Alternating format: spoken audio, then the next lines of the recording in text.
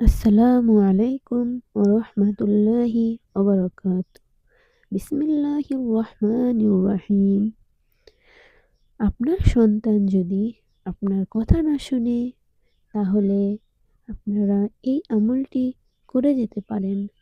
তবে এই আমলটি করতে হবে পবিত্রতা বজায় রেখে। তো পবিত্রতা বজায়ের জন্য প্রথমে ওযু করে নিতে হবে। ওযু করার পরে আকাশের দিকে তাকিয়ে এক আঙ্গুল উপরের দিকে উঠিয়ে এই দোয়াটি পড়তে হবে।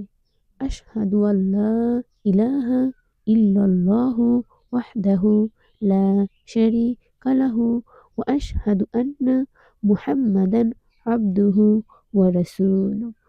এই দোয়াটি পড়া হয়ে গেলে আপনারা একটি জায়নামাজ বিছিয়ে জায়নামাজের ভিতরে বসে ১ গ্লাস পানি হাতে নিয়ে ১১ বার ইস্তেগফার পড়ে নেবেন। ১১ বার দুরূদ পড়ে নেবেন।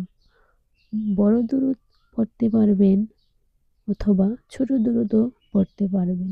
দুরূদ পড়ার পরে সূরা কাউসার ৩ বার পড়ে পানিতে ফু দিতে হবে। সূরা কাউসার ১ বার পড়ে ১ বার ফু দিবেন গ্লাসে।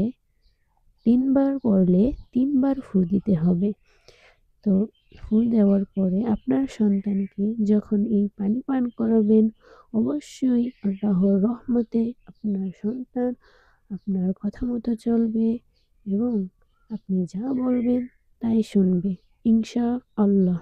ভিডিওটি ভালো লাগলে অবশ্যই লাইক, কমেন্ট, শেয়ার করবেন এবং ইসলামিক ভিডিও পেতে চ্যানেলটিকে সাবস্ক্রাইব করে যাবেন।